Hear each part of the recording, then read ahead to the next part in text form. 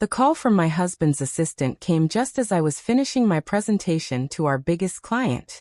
I glanced at my phone, considered ignoring it, then excused myself. Mark never had his assistant call me unless something was wrong. Mrs. Alexandra Carter? This is Diane from Mark's office. He's fallen ill suddenly, high fever, chills.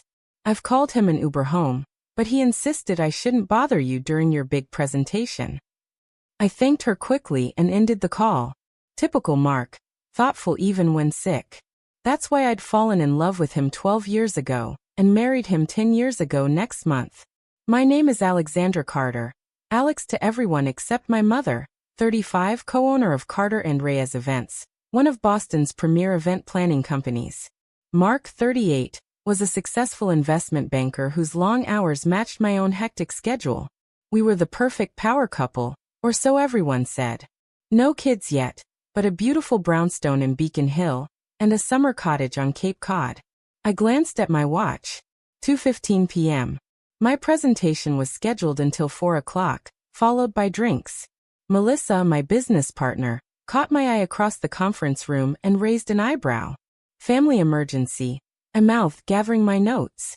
She nodded, instantly understanding. Mark and I rarely missed work, so if one of us had to leave, it was serious. Mr. Donovan, I addressed our client. I apologize, but I need to step out for a personal emergency. Melissa will continue the presentation. She knows this proposal inside and out. 45 minutes later, I was unlocking our front door, a bag of supplies from the pharmacy in hand. Chicken soup from Mark's favorite deli, cold medicine, ginger tea, and his preferred sports drink for hydration. I texted that I was on my way, but received no response. Probably asleep already, I thought. Our brownstone was eerily quiet as I set down my bags in the entryway. No television sounds, no music. I slipped off my heels to avoid making noise that might wake him. Mark, I called softly, heading toward our bedroom at the back of the first floor. Then I heard it, muffled voices from Mark's home office upstairs. He wasn't alone. Had a doctor come to the house? But no, there were two distinct voices, Mark's and a woman's. I froze, one foot on the bottom stair. Mark was supposed to be ill in bed, not in his office with a woman. My stomach tightened as I strained to hear. Can't keep lying to her like this, Mark. The woman's voice was clear now, carried down the stairwell. I know. After the Parker deal closes next month, I'll have enough set aside. Then I can tell her. Mark's voice, not sounding sick at all. You've been saying that for months. Meanwhile, I'm stuck being your dirty little secret. Vicky, please. Alex has no idea. We've been so careful. The pharmacy bag slipped from my fingers, items scattering across the hardwood floor. I barely noticed. My husband. The man who'd held my hand at my father's funeral last year, who'd surprised me with breakfast in bed just last weekend, was having an affair and planning to leave me. I stood paralyzed, blood rushing in my ears so loudly I almost missed what came next. She's so wrapped up in her business, she doesn't see what's right in front of her, Mark continued. Besides, we've grown apart. The partnership's all that's keeping us together, her family connections, my financial expertise. The partnership? You mean your marriage? Mark laughed, actually laughed. No, Carter Events. Her family bankrolled it, but my investment strategies made it successful. Without me managing their finances, they'd have gone under years ago. Alex thinks she built it herself, but I've been pulling strings behind the scenes the whole time. Each word was a physical blow. Not only was Mark cheating, but he was taking credit for my company's success. The company I'd built from nothing with Melissa while working 80-hour weeks for years. The woman, Vicky, said something I couldn't make out, and their voices grew quieter, moving away from the door. I stood frozen at the bottom of the stairs, unsure what to do. Confront them? Call Melissa? Leave? My instincts kicked in, the same ones that had helped me build my business. Information was power. I needed to know exactly what I was dealing with before making my next move. Silently, I picked up the fallen pharmacy items and set them on the entryway table. Then I took out my phone, opened the voice recorder app, and quietly ascended the stairs. Each step felt like a mile. My designer suit suddenly constricting as sweat broke out across my back. I reached the second-floor landing just as the voices grew louder again. I've started transferring funds to the Cayman account, Mark was saying. Small amounts, nothing that would trigger any alerts. By the time she figures it out, if she ever does, I'll be long gone. The prenup protects most of my assets anyway. And the house? Vicky asked. We'll have to sell it. But I've been documenting her neglect of the property. My lawyer thinks I can get a larger share based on that. And the Cape house was purchased primarily with my bonus, so I should get that outright. I pressed my back against the wall beside his office door, which was partially open. Through the crack, I could see Mark, healthy, animated, pacing, and a glimpse of a woman perched on his desk. Red hair. Slim. Young. My phone captured every word as they discussed their future. A future built on the ruins of my marriage and the company I'd sacrificed everything to build. Mark detailed how he'd been documenting supposed business failures on my part, manipulating our company finances, and establishing his narrative of being the true business genius behind Carter and Reyes. She trusts me completely, he said with something like pride in his voice. Never checks the accounts I manage, never questions my advice. Too busy planning parties to understand basic finance. Tears threatened, but I blinked them back. I wouldn't cry. Not yet. Instead, I took silent photos through the crack in the door, Mark kissing Vicky, their embrace, their oblivious confidence. Then I heard footsteps approaching the door. I quickly retreated down the hall to the guest bathroom, slipped inside and locked the door. Through the door, I heard them pass, heading toward our bedroom, our bed. I waited until I heard the bedroom door close before emerging. Instead of following them, I went straight to Mark's office. His computer was still on, his email open. The fool hadn't even locked his screen. For the next 20 minutes, I photographed everything I could find. Emails between Mark and Vicky going back 18 months, financial statements showing unusual transfers, folders labeled with offshore bank information, and a document titled Divorce Strategy that detailed his plans to leave me financially devastated while taking credit for my business success. I forwarded key emails to myself, then carefully restored his screen to exactly how I'd found it. I needed to leave before I lost control and confronted them. Before I ruined my chance to protect myself.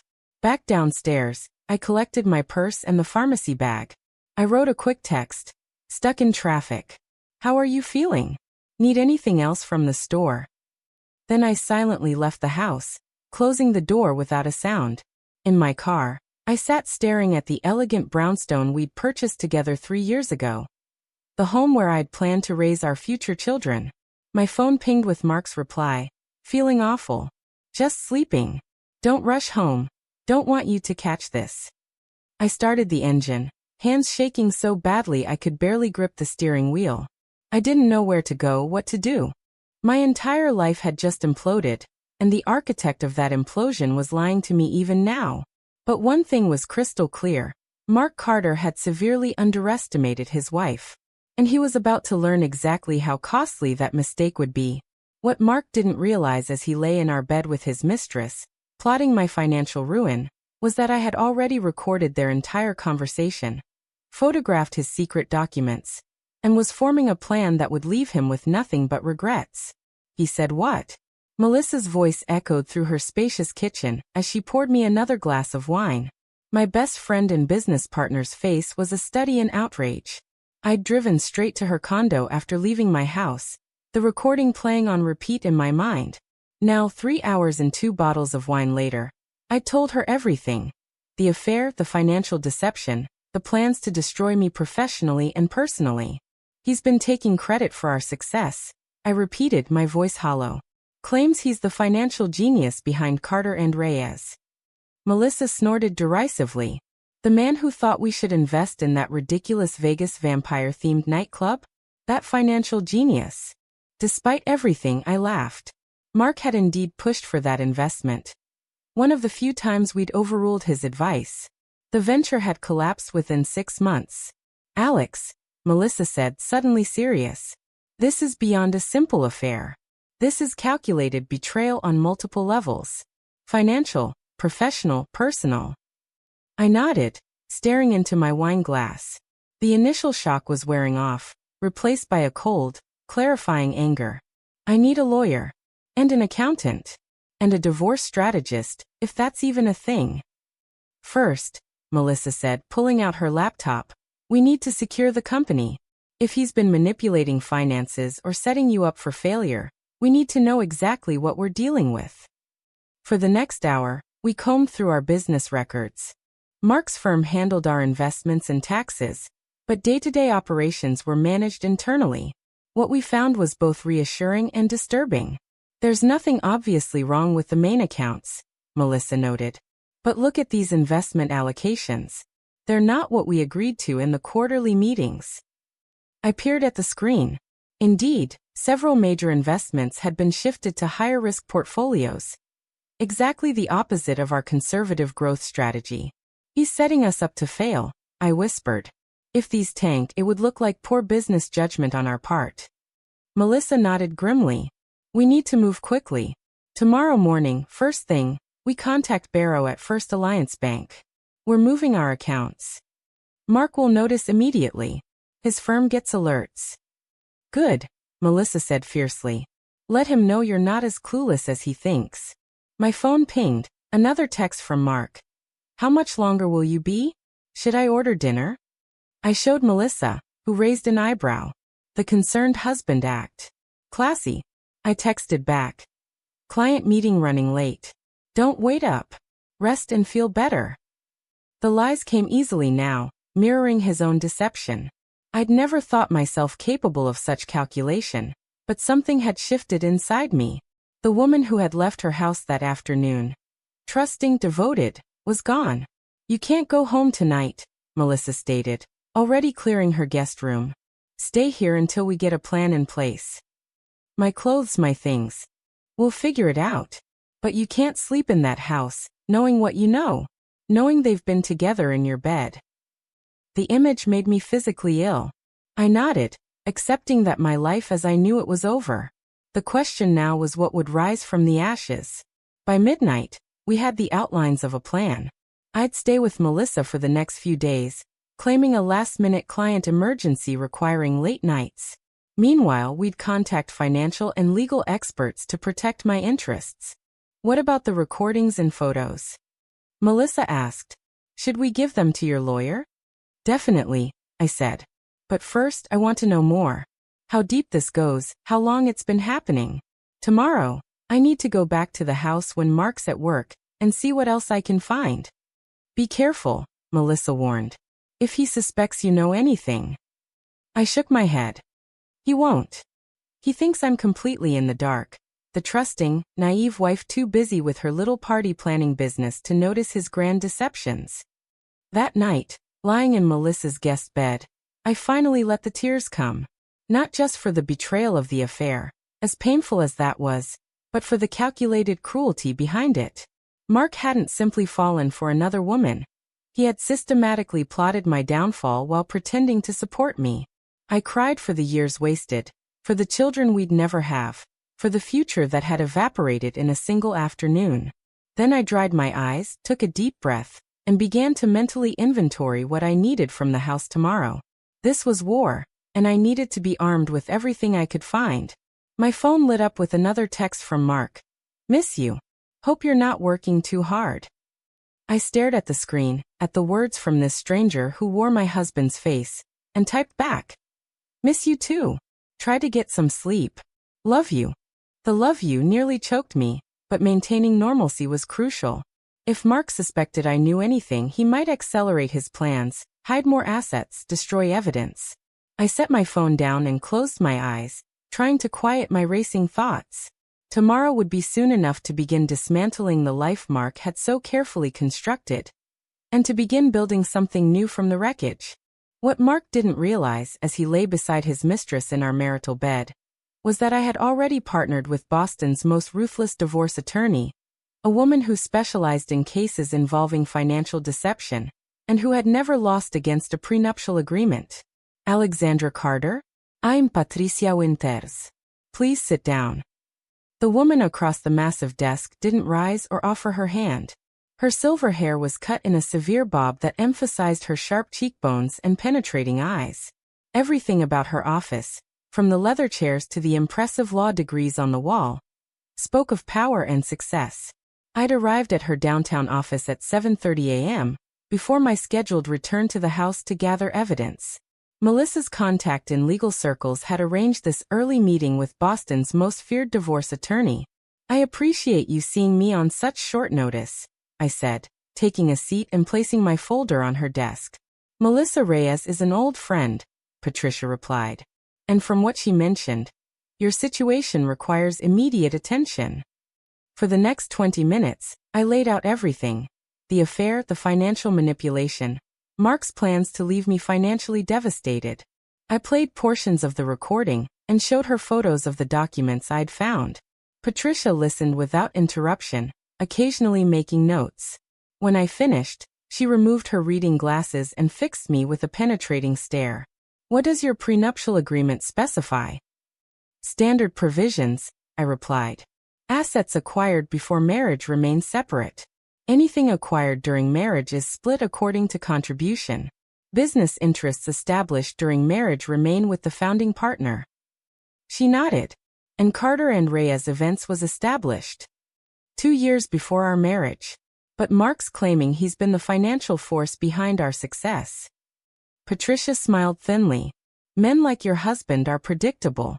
They mistake confidence for competence, particularly when dealing with women in creative fields. They cannot fathom that a party planner might understand finance." She tapped my folder. "This recording alone contradicts his narrative. He admits to manipulating company finances without your knowledge or consent. That's financial fraud, potentially criminal. But we need more. I'm going to the house this morning to gather additional evidence." Patricia's eyebrows rose. "Risky. What if he returns unexpectedly?" "He never comes home during trading hours. His firm is strict about that. And I'll tell him I'm stopping by to check on him during lunch." She considered this. "Very well.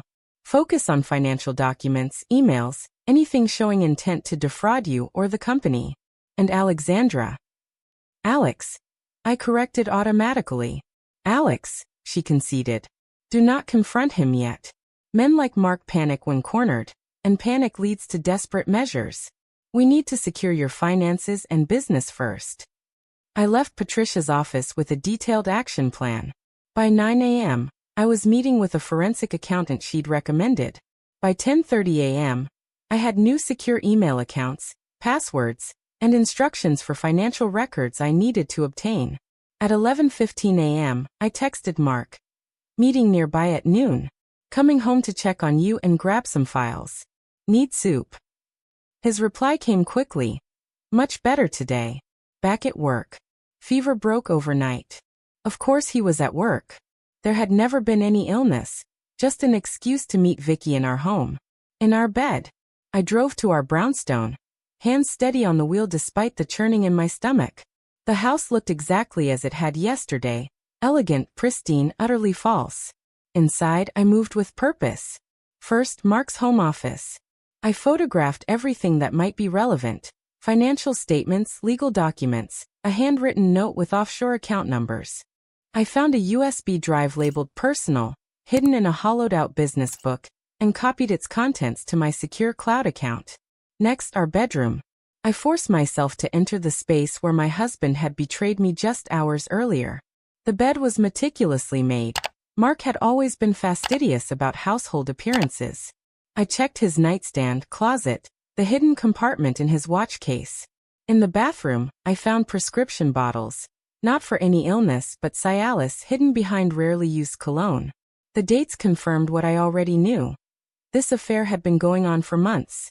In the kitchen, I discovered a credit card statement he'd apparently forgotten to file away, showing charges for jewelry from Tiffany, women's clothing from boutiques I never frequented, hotel rooms in Boston on nights he'd claimed to be working late. My phone pinged, Melissa, reminding me that Mark typically took lunch at 1 p.m. I had 15 more minutes. I headed to the basement, where Mark kept his important papers, in a fireproof safe. I knew the combination, our wedding date, ironically, and quickly photographed everything inside. Insurance policies, property deeds, investment portfolios, and a document that made my blood run cold. amendments to our wills that I had supposedly signed, reducing my claim to our joint assets in the event of his death. The signature looked like mine, but I had never seen these documents before, let alone signed them. He had forged my signature, another criminal act to add to the growing list. By 12:50 p.m., I had gathered more evidence than even Patricia had requested. I collected the files I'd claimed I needed and left a note on the counter. Grabbed my files. You're right, feeling much better. See you tonight. Lovey. The love nearly made me gag, but maintaining the facade was crucial. Just a few more days of deception. And then Mark would learn exactly what happened when you betrayed Alexandra Carter. Back at Melissa's condo, we reviewed what I'd found. The USB drive was particularly damning. It contained detailed plans for financially undermining Carter and Reyes, spreadsheets tracking Mark's hidden assets, and emails between Mark and his lawyer discussing how to circumvent our prenuptial agreement. This is unbelievable, Melissa muttered, scrolling through the documents. He's been planning this for over a year. And sleeping with Vicky for at least that long, I added, pointing to hotel receipts I'd found. She works at his firm, analyst in the emerging markets division. 10 years younger than me. Of course she is, Melissa said sarcastically. Heaven forbid he have an affair with a woman his own age. I laughed despite everything. Melissa always could make me see the absurdity in any situation. My phone rang, Patricia Winters. I put her on speaker. I've reviewed what you sent, she said without preamble. We have more than enough to not only invalidate the prenuptial agreement, but potentially pursue criminal charges for fraud, forgery, and financial misrepresentation. Criminal charges? I hadn't considered that possibility. Only as leverage, Patricia clarified. What we really want is a swift, favorable divorce settlement that protects your business and personal assets. The threat of criminal prosecution will ensure his cooperation. What's our timeline? Melissa asked. Alex needs to secure her personal finances immediately, Patricia replied. Tomorrow morning, we'll file for divorce and financial separation. By tomorrow afternoon, your husband will be served with papers. I suggest you not be present when that happens. The reality of it hit me anew. By this time tomorrow, my marriage would be officially over. Despite everything Mark had done, the finality of it made my chest tight. Alex, Patricia's voice softened slightly. Men like your husband count on the emotional attachment of their wives to protect them from consequences. He expects you to be devastated, unable to function. Your strength now is your greatest weapon. I nodded, then remembered she couldn't see me. I understand. What do I do tonight? Act normally. Return home. Have dinner. Sleep in your guest room if you must. Claim a headache, menstrual cramps, whatever excuse works. Tomorrow morning, leave as if going to work, but come directly to my office. Bring whatever personal items you can't bear to lose. Assume you won't be returning to that house for some time. After we hung up, Melissa squeezed my hand. You've got this. And you've got me. I squeezed back, grateful beyond words for her friendship. I know. Let's finish preparing. I have a performance to deliver tonight. That evening, I returned home with takeout from Mark's favorite restaurant, a bottle of his preferred wine, and an Oscar-worthy smile on my face. You look better, I said, kissing his cheek as I set down the food. Color's back in your face.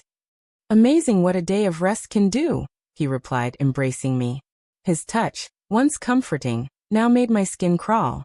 Missed you last night. Client emergency resolved. Finally, I said, pouring the wine. The Thompson wedding was about to implode over seating arrangements. Rich people problems. He laughed, the sound so familiar it hurt. That's why they pay you the big bucks. To handle rich people problems. Not such big bucks this month, I said casually, watching him closely. Quarterly returns were lower than projected. A flicker of something, satisfaction, crossed his face before he composed it into concern. Market fluctuations. Nothing to worry about long-term. Liar. I'd seen the documents. He'd deliberately moved our investments to underperforming funds, setting up evidence of my supposed financial incompetence. We ate dinner, discussing meaningless topics, neighborhood gossip, an upcoming charity gala, plans for the weekend. I laughed at his jokes, touched his hand occasionally, and felt nothing but contempt. After dinner, I claimed a migraine, probably stress from the Thompson situation, and retreated to the guest room. Mark looked disappointed but didn't protest, probably relieved to have space to contact Vicky. In the guest room, I packed an overnight bag with essentials, hiding it in the closet ready for tomorrow. Then I sent final updates to Patricia and Melissa, confirming our morning meeting. As I lay in the unfamiliar bed, listening to Mark move around in our bedroom down the hall, I felt a strange sense of calm. The woman who had built Carter and Reyes from nothing, who had overcome industry skeptics and market downturns, was fully awake now. And she was coming for everything Mark had tried to steal. What Mark didn't realize as he texted his mistress from our bedroom, thinking his plan was proceeding perfectly, was that I had already documented his forgery of my signature on legal documents. A felony that could send him to prison for years. I left the house at my usual time the next morning, kissing Mark goodbye as if it were any other day. He was distracted, scrolling through emails on his phone, barely noticing when I said I had back-to-back meetings and might be late. If he only knew what those meetings entailed. By 9:30 a.m., I had signed divorce papers in Patricia Winter's office. By 10:15 a.m., I had met with bank representatives to freeze joint accounts and secure my personal assets. By 11 a.m., I was sitting with Melissa and our company lawyer, officially removing Mark's firm as our financial advisors. The process server will deliver the divorce papers to Mark's office at 2 p.m. Patricia informed me over lunch. I specifically requested their most recognizable employee, a former linebacker who typically handles difficult recipients. Everyone in Mark's office will notice. I nodded, feeling a strange mixture of dread and vindication. What happens next? Mark will call you furious. He'll demand explanations, threaten retaliation. You will not answer. Let everything go to voicemail. By 3 p.m., he'll receive notification that your joint accounts have been frozen pending divorce proceedings. By 4 p.m., his firm will receive formal notice that Carter and Reyes has terminated their services, effective immediately. He'll panic, I murmured. Precisely, Patricia agreed. Men like Mark rely on control. When they lose it, they make mistakes. Our investigators will be monitoring all his accounts for suspicious transfers or withdrawals. Any attempt to hide assets now will only strengthen our case. My phone buzzed, a text from Mark. Lunch together today? I can break free around 1:30. I showed it to Patricia, who smiled thinly. Perfect timing. Tell him yes, then cancel at 1:15. He'll be served right after receiving your cancellation. The calculated cruelty should have bothered me. A week ago, it would have been unthinkable. But now, remembering how meticulously Mark had planned my destruction, I texted back. Sounds great. The usual place? Can't wait to see you. XO. Well played, Patricia approved. Now you'll be staying with Melissa for the foreseeable future. Mark will likely try to return to the house tonight, possibly with his mistress now that he believes the charade is over. Our security team has already installed discrete cameras in the common areas. Is that legal? I asked. Your name is on the deed. You have every right to secure your property, especially given documented threats to your financial well-being. At exactly 1:15 p.m., I texted Mark. So sorry, client emergency. Rain check on lunch? Love you.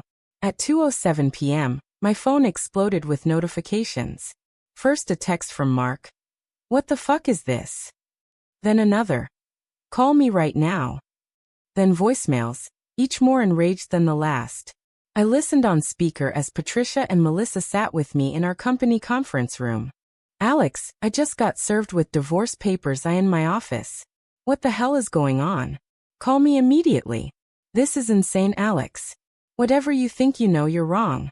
Call me. You bitch. You think you can blindside me like this? You have no idea who you're dealing with. The last message made Patricia raise an eyebrow. Threatening tone. Excellent for our case. At 3:10 p.m., another round of messages as Mark discovered the frozen accounts. At 3:45 p.m., his firm's managing partner called me directly, a call I did answer, with Patricia listening on speaker.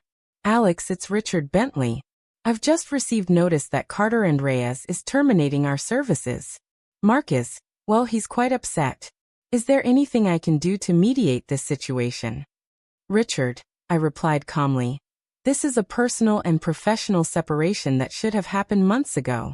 I've documented extensive financial manipulation of both my personal and business accounts by Mark, with apparent knowledge from others at your firm.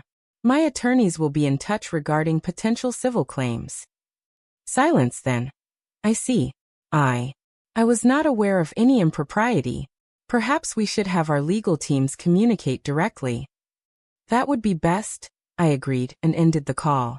Patricia looked impressed. Concise, professional, and just threatening enough. Well done.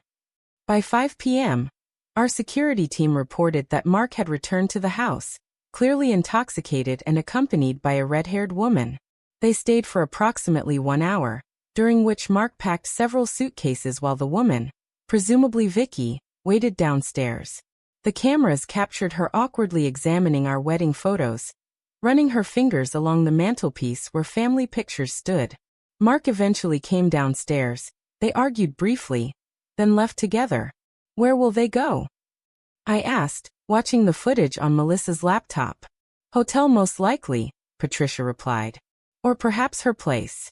It doesn't matter. What matters is that we've documented him bringing his mistress to your marital home hours after being served divorce papers. Judges frown on that kind of behavior. That night, the reality of my situation finally hit me. Sitting in Melissa's guest room, surrounded by hastily packed belongings, I allowed myself to truly feel the loss. Not of Mark. That man had never really existed, but of the life I'd thought we shared. The future we'd planned. The trust I'd given so completely. I cried until there were no tears left, then washed my face and rejoined Melissa in her living room. She'd opened a bottle of wine and queued up our favorite terrible reality show, normal, comforting rituals in the midst of chaos. How are you holding up? She asked, handing me a glass. I've been better, I admitted. But also, maybe better than expected? There's something clarifying about having your worst fears confirmed. No more wondering, no more doubt. She nodded. And now we fight. For our company, for my dignity, for everything he tried to take from me. My phone, which I'd silenced hours ago, lit up again. Mark, calling for the 20th time. This time, with Patricia's approval, I answered and put it on speaker. Hello, Mark. Alex, finally. Baby, we need to talk. This is all a huge misunderstanding. Is it? I cut in. Is the affair with Vicky a misunderstanding? The offshore accounts? The forged documents? The deliberate sabotage of our company investments? Silence then. How did you? I know everything, Mark. Every email, every hotel receipt, every transfer to the Cayman account. I heard you and Vicky discussing your plans in your office when I came home early to take care of my supposedly ill husband. More silence, then a complete change of tone. You recorded us? That's illegal. You can't use that in court. I laughed, a cold, unfamiliar sound. Actually, in Massachusetts, single-party consent is perfectly legal for recordings. But that's irrelevant. I have far more evidence than just that recording. Evidence that Patricia Winters is quite confident will not only invalidate our prenup, but potentially lead to criminal charges. Patricia Winters? You hired that shark. His voice had risen an octave. She prefers apex predator, actually. And yes, the moment I heard you and Vicky plotting my financial destruction, I secured the best representation possible. Alex, be reasonable, he pleaded, switching tactics again. You don't want a drawn-out legal battle. It'll drain both of us financially. Let's work something out privately. Like you were planning to work something out for me? Let's see. What was it you told Vicky? Oh right. That you'd leave me with nothing while taking credit for my company's success. That you'd been documenting my neglect of our property to claim a larger share. That the prenup protected most of your assets anyway. You've taken everything completely out of context. Goodbye, Mark. All further communication should go through our attorneys. I ended the call as he was still protesting. Melissa raised her wine glass in a toast. To Alex Carter, she said firmly, who is nobody's fool. I clinked my glass against hers, feeling stronger than I had in days. And to Carter and Reyes Events, which is about to have its most successful year yet. Without the financial expertise of Mark Carter. The next morning, Patricia called with news. Mark had attempted to access our safe deposit box and several investment accounts overnight, triggering the alerts we'd established. His panic is working in our favor, she explained. The judge has granted our emergency motion to freeze all his personal accounts as well, based on the documented attempt to circumvent the initial freeze order. What about the offshore accounts? I asked. Already flagged by our financial investigators.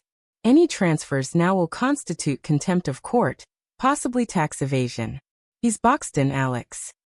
And he was. Over the next week, Mark's carefully constructed world collapsed around him. His firm placed him on administrative leave pending investigation into ethical violations. The amended wills with my forged signatures triggered a criminal investigation. The offshore accounts, once revealed, raised red flags with tax authorities. Throughout it all, I maintained my focus on two priorities: protecting Carter and Reyes, and securing my financial future. The business continued to thrive. In fact, our firm's visibility increased as whispers of the scandal circulated through Boston's elite social circles. 10 days after being served divorce papers, Mark requested a meeting through his attorney, his third after the first two withdrew upon seeing the evidence against him. He's offering a settlement, Patricia informed me. Full division of marital assets, no claims against your business, assumption of all legal fees and tax liabilities. And in exchange? I asked, suspicious. No criminal charges for the forgery and financial fraud. And your silence, a non-disclosure agreement regarding his conduct. I considered this. He wants to protect his reputation. His career. Patricia nodded. What remains of it? It's actually a reasonable offer, given the circumstances. I'll think about it, I said. That evening, sitting in Melissa's living room, I weighed my options. I could fight on, possibly see Mark face criminal charges, watch his complete professional and personal destruction. Or I could accept his offer, secure my future and move forward. What do you want? Melissa asked simply. I thought about it. I want my life back. Not the life with Mark. That was never real. But my independence, my business, my sense of self. And revenge? She asked carefully. I smiled. Mark destroyed himself the moment he betrayed me. Whatever happens now, he's lost everything that mattered to him. His reputation, his career trajectory, his social standing. Even Vicky left him when the money and power started to evaporate. The next day, I told Patricia to counter Mark's offer. I would agree to the non-disclosure and no criminal charges, but I wanted the Cape House outright, full reimbursement for all funds he'd diverted, and a written admission of his attempts to undermine Carter and Reyes. For my eyes only, not for public disclosure. To my surprise, he agreed to everything. 1 month after discovering his betrayal, I sat across from him in a conference room, signing the final settlement papers. It was the first time I'd seen him in person since that last morning at our house. He looked terrible, thinner, grayer, the confident gleam gone from his eyes. He couldn't meet my gaze as the lawyers exchanged documents for signature. As we prepared to leave, he finally spoke directly to me. Alex, don't. I cut him off. There's nothing you could possibly say that would matter to me. I just want to know one thing, he pressed. How did you pull this off so quickly? You've never shown any interest in finance, in legal strategies. How did you outmaneuver me so completely? I looked at him, this stranger I'd once loved, and allowed myself a small smile. You made the classic mistake, Mark. You underestimated me. You thought event planning was just party arrangements rather than what it actually is: strategic thinking, contingency planning, and crisis management under pressure. You thought your financial degree made you smarter than my practical experience. Most of all, you thought I loved you too much to fight back effectively. His face flushed with the realization of how profoundly he had misjudged me. I gathered my belongings and walked out without looking back. Outside, the Boston spring sunshine felt like a metaphor, warmth returning after a long, dark winter. What Mark never understood, as he signed away his claims to our assets and his reputation in the financial world crumbled, was that I had recorded that final conversation too. Insurance against any future attempts to renege on our agreement or rebuild his narrative at my expense. 1 year later, Alex, the Henderson wedding planner, called again. They want to increase their floral budget by another $10,000. I looked up from my computer to see Melissa standing in the doorway of my new office. Corner suite, top floor of the restored Victorian that now housed Carter and Reyes Events' expanded headquarters. Tell Sophia to handle it, I replied. She knows our vendors better than anyone. Just make sure she gets the revised contract signed today. Melissa nodded, making a note. Also, the profile in Boston Magazine is scheduled for next week. They want to focus on our expansion and the celebrity client list. Perfect timing with the New York office launch next month, I said, smiling. Make sure they mention our charitable foundation too.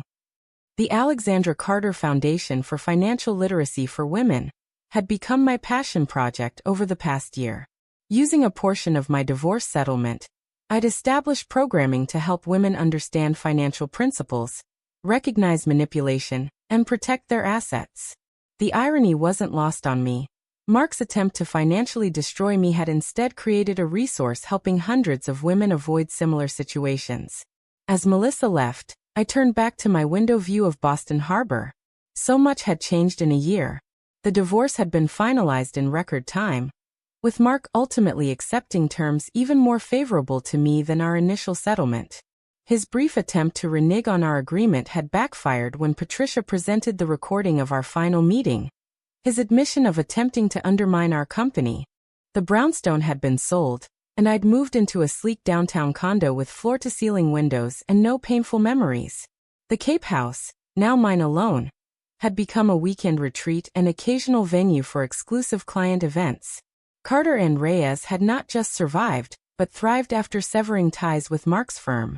Our new financial advisors had helped us identify several promising investment opportunities that had significantly increased our portfolio. The company had expanded from 12 employees to 28, with a second office opening in New York and preliminary plans for a West Coast presence. My phone rang. Patricia Winters, who had become both my attorney and surprisingly my friend. Alex, I just heard from Johnson at the DA's office. Mark's plea deal is final. 2 years probation, full restitution, and permanent disbarment from financial services. No jail time. I asked, though I'd expected this outcome. The tax evasion charges were complicated by jurisdiction issues with the Cayman accounts. But his career is over. He's taking a teaching position at a community college in Arizona. Arizona. About as far from Boston's financial elite as one could get. Last I'd heard, Mark was living in a small apartment, driving a used car, and dating a dental hygienist who had no idea of his former life. How do you feel about that? Patricia asked when I didn't immediately respond. I considered the question. Satisfied, I finally said. Not happy, not vengeful, just satisfied that there were appropriate consequences. You're more generous than most clients in your position, Patricia noted.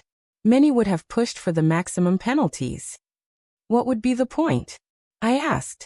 I have my company, my assets, my reputation. Mark has lost everything he valued. More punishment wouldn't change the past or improve my future. After we hung up, I opened my desk drawer and removed a small velvet box, my engagement and wedding rings, which I'd removed the day I signed the final divorce papers. I'd kept them, not from sentiment, but as a reminder of how easily appearance could mask reality. Today, exactly 1 year after the divorce was finalized, seemed an appropriate time to finally let them go. I'd already arranged to sell them, with the proceeds going to the foundation. A knock at my door interrupted my thoughts. Our newest event coordinator, James, stood there with a portfolio. Sorry to interrupt, Alex, but the Madison proposal is ready for your review. They're deciding between us and Lux Events tomorrow. I smiled, gesturing him in. Perfect timing.